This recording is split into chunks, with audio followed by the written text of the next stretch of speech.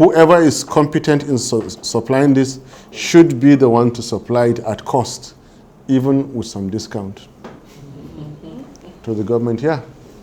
That 900 naira balance, we are going to use it well.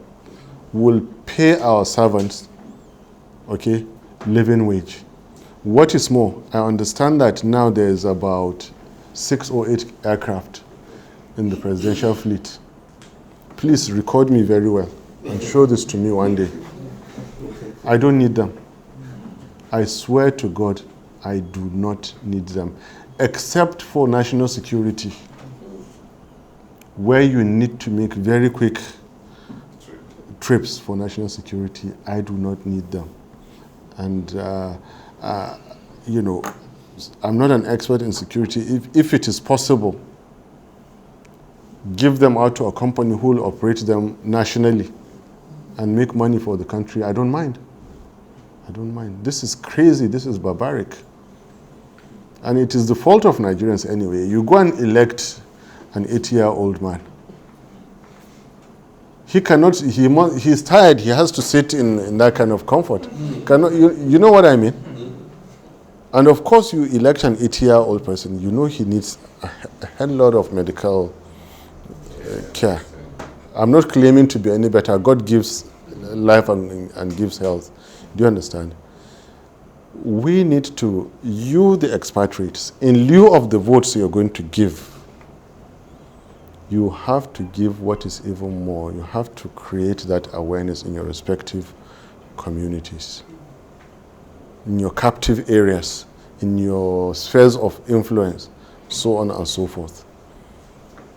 So you asked me about transportation, but I'm going on and on and on. I think they are all connected. If you have a good leader, all these things are not needed.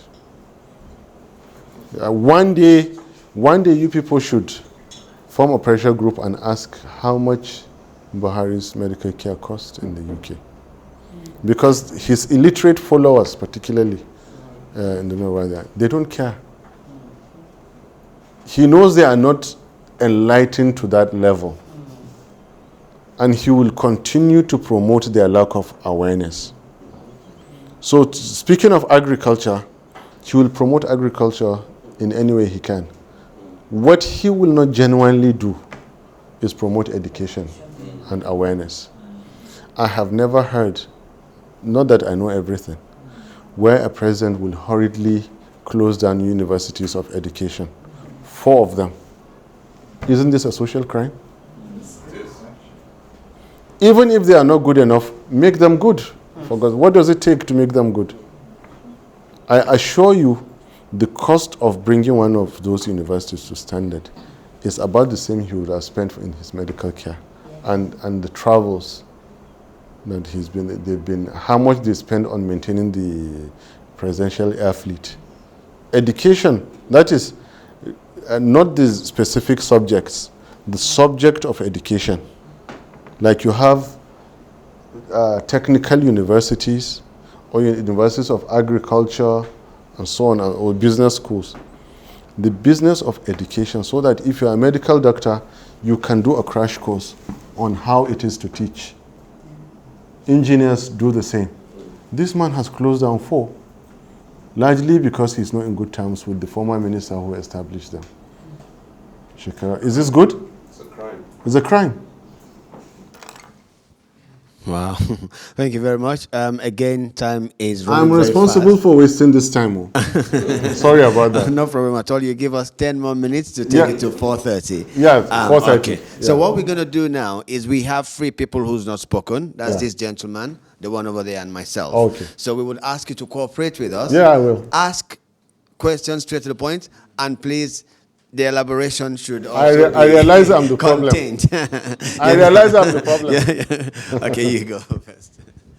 Good afternoon, Honorable. My Hi. name is Said Yusuf. My question is regarding social housing. I want to know your plan for social housing in Nigeria. What's your plan for social housing in Nigeria? Thank you. Reduce interest rates and pay public servants more. Thank you very much, sir. Yes, sorry for coming late. My name is Abe. I'm a lawyer. and I've relocated back to Nigeria. There are too many lawyers. Now, just a quick one. This issue of cabal. I've tried to look into it. I have not known any cabal, but we keep hearing cabal. Are you going to be surrounded by them when you become the president? No. No? No. That's right. Okay. You have a comment? Yes. Yep. Senator, thank you very much. My name is Obiude. Okay, Mark is my friend, and he was the one who mentioned to me about this arrangement. Okay, I'm also an entrepreneur, and I'm hoping to get back into Nigeria by God's grace before the end of this year with some investments in logistics. Now, you have answered pretty much all the questions, and I'm sure a lot of these questions have been repeated over and over again. So, corruption, insecurity, and all that. I had a very quick look just to see who you are. Look at your profile, if you don't mind. If you don't mind me saying so. There's something I came across which I want to point out very quickly. An interview you did with This Day, I think it was, about 3 weeks ago. And I've printed it out just to emphasize why I am here. And I'm interested in getting to know who you are and what your ambitions are. Okay? No, please, give him enough time. I like you said in an answer to one of your questions, none of my point of focus is regional, state, or local. Everything about me is national. You see, that, to me, summed it up, okay? And that is why I was keen to be here, okay? A lot of the issues we've talked about here really boil down to your focus and your vision for Nigeria, okay? And I think I've had all I need, I wanted to hear, or I was hoping to hear, okay? And just to sum up, you can count on whatever little support I can give you in your quest. And hopefully, by God's grace, if you manage to get there, I'm sure you also are aware that your problems actually start from day one. Mm-hmm. So you know, but you have that support, okay, as much as is humanly possible, by God's grace, okay? And that is my point. Though it's not a question, but it requires some response from me. He's absolutely right. You see, there was always this insinuation. Now, why can't you just go and be a governor? I mean, it's yours for the taking. So they try to put it that way. And I said, look, it's not about me as an individual needing to hold an office. It's about the very bad situation that we're in now.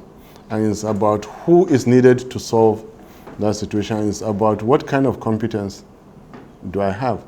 Then I told them that ever since I launched myself into politics, my principal focus before security deteriorated to what it is today was economy and education.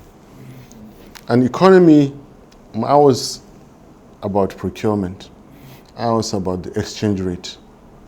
At least those two things. Before later I added interest rates and that. Then security deteriorated.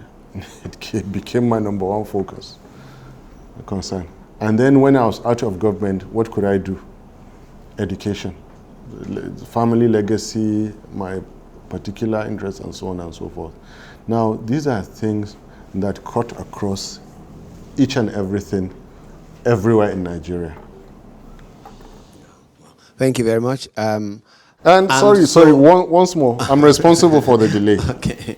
Let me just tell you, guys, that Nigeria is the best place to do business. Believe me, and I know we're all Nigerians. If I had stayed here by now, I would have finished paying a mortgage or two.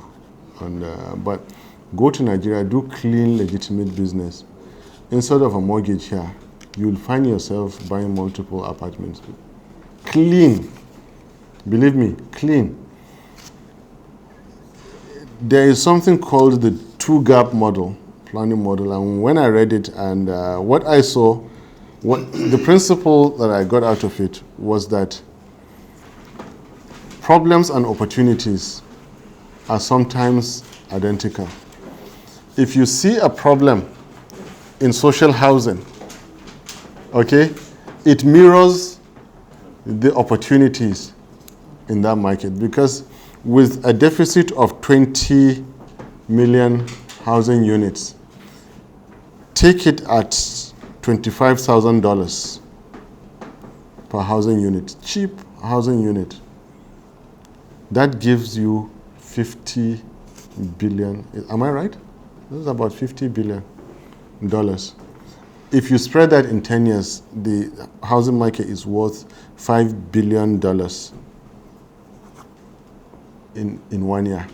Match that with the fact that you have a government that is ready to just push money to the private sector legitimately. Once people start having money in their hand, what's next? Shelter. Look into that. If you catch 1% of 5 billion,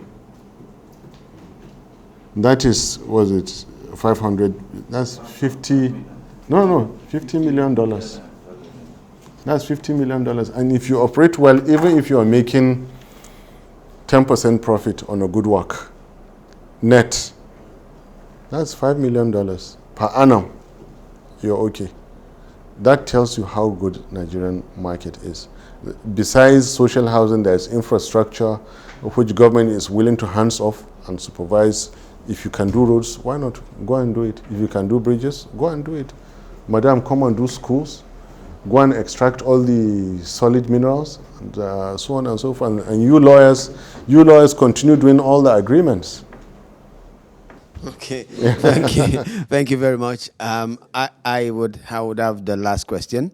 What I'm very particular about is the relationship of Nigeria, Africa as a whole, but now Nigeria in particular, relationship with the so-called developed world from a monetary perspective and from a lending perspective. It appears that Africa is held to ransom by the deals and agreements they have. The terms and condition is never favorable, and it always makes us or keeps us indebted to them. How do you want to deal with such issues to free us from this bondage that it appears that we can never come out of? Can we skip that question? Anyway, I'll answer you. You are as good as how you protect yourself. The moment you stand for yourself, and anyway, look, we are responsible for our predicament. We are responsible. If you stand, why is the Middle East not complaining about the same? Because they stand for themselves. I mean, the Middle East is wide. I'm talking about UAE, I'm talking of Qatar and others that have rescued themselves. We practically gave it away. But honestly, I think we should sit with IMF and World Bank. First of all, let them have our understanding that we are going to protect the value of the Naira using forces of supply and demand, purely supply and demand. And everything that they don't want, printing money, so on and so forth, give them all the assurances. Those will not be done anymore. Then assure them, what happens, looted funds that come to the West and starve Nigeria of investable resources. You are capable of protecting that, retaining wealth in your country. There's enough money. If you have a GDP of $526 billion and you are going out to ask, you are not serious. You are just not serious. VAT, how much do we collect from VAT? If you take out 20% of the 526 as not vatable, and then VAT $400 million, billion dollars. That is tremendous resources, and you can collect VAT with technology. How much of Nigeria is yet unbanked? How many Nigerians are not even integrated to the formal economy? If you heard, yesterday I was talking about civic registration. That is to bring each and everybody into the system, My point of view is that the kind of GDP we have in Nigeria can nearly do a standalone economy for our immediate needs. But when you talk of big business, for example, in the oil, yes, you need big funds from other countries. Construction, to an extent, yes. Airlines, and so on and so forth. Fertilizers, yes. You need big money into those kind of businesses. But if you are looking for money to go into mid-range to low, SMEs and all that, it's an economy of 526 billion should, for God's sake, host your immediate needs. So it's a matter of fostering the understanding between them.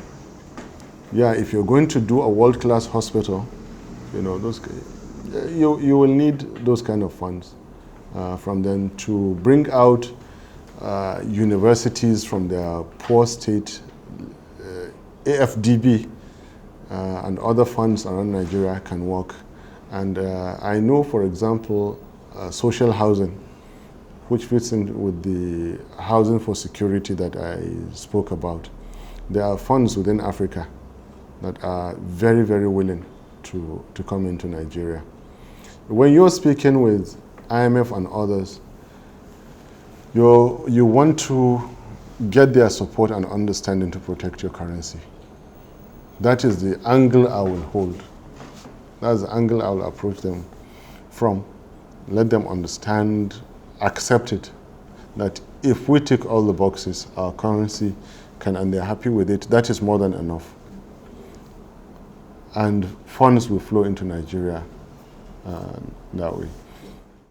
How would you ensure that the foreign investors, i.e. the ones that, if you invite them to do all these mega projects, high net worth projects that you talked about, that they do pay adequate taxes without hemorrhaging money from Nigeria, because it doesn't fit into the mold properly if they're not paying enough taxes, which should go back into the system and provide I think employment. it's a legal requirement. So long as it's a legal requirement, it just has to be enforced. Tax is a legal requirement. Sorry? Well, then it has to be done. You simply do it. There's nothing. It's already been provided. So we'll insist that it be done. Yeah. Okay. Quick question, quick answer, and we round up. This is the last one. Yeah, sorry, I have to ask this. It's about the clamor for restructuring in Nigeria. I don't know how you intend to handle this, because apparently it was asked yesterday, and it was asked last minute like you did. Restructuring, lots of people don't realize, is a legislative matter. It's not an executive, for that matter, not even a presidential one. And if you ask them what particular aspect of restructuring, people just don't know. Is it geographical restructuring? Is it political? Is it financial? Is this the tiers of government restructuring? There is more confusion about restructuring, and that has pitched certain groups to take a certain favorable, and even when they think it is favorable to them, by the time you finish explaining, then they realize it's not even in their interest to toe that line. In general and in principle, one, it is not a presidential affair, not even an executive one. Amending the Constitution, as you very well know, is a legislative matter. Two, as a president, I am in support of any legitimate move to genuinely amend the Constitution based on legitimate interest and aspirations of any group of people. And you can cast this in iron and keep. Any group of Nigerians who think, and that is why the Constitution is there, for you to continue to change it, continue to amend it how you want. Yeah.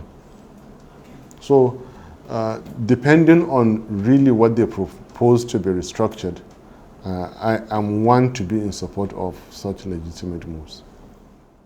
Yeah. Would you be kind enough just to share with us how it feels for you to meet these professional Nigerians who have shared with you what they feel about Nigeria and where they want to see Nigeria?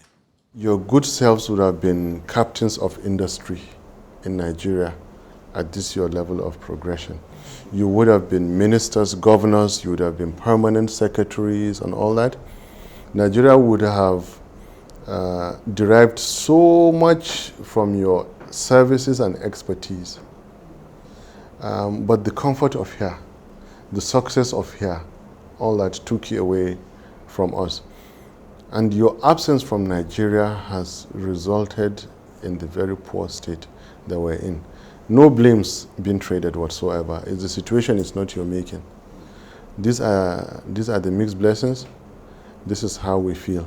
Then the other side of the mixed blessing, back to the positive one, is that I believe there's some kind of synergy. Even if you don't go, even if they say you're in absolute minority and you don't vote, I have a feeling that you can promote fostering the understanding throughout Nigeria to the next elections.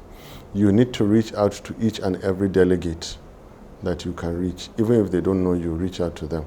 Right now, there is no evil in Nigerian politics like a delegate that is selling his vote. That is where you begin to get, that is where politics in Nigeria goes wrong. And there are people who are ready to pay as high as $25,000 for a single vote of delegates. I have never participated in such, and I will never. I have said it ab initio. If it's going to the highest bidder, well and good. But Nigeria is only a couple of years away from complete breakdown of law and order, and the consequences are better imagined. I don't want to start a whole new lecture now, but it hasn't gone wrong yet in Nigeria, and I think Nigerians are 8 out of 10 across the Mediterranean. You don't want to see that happen, believe me. Believe me. So the good thing is that I believe we can work together and bring new governance. Yeah. Thank you very much. Thank you. Yeah.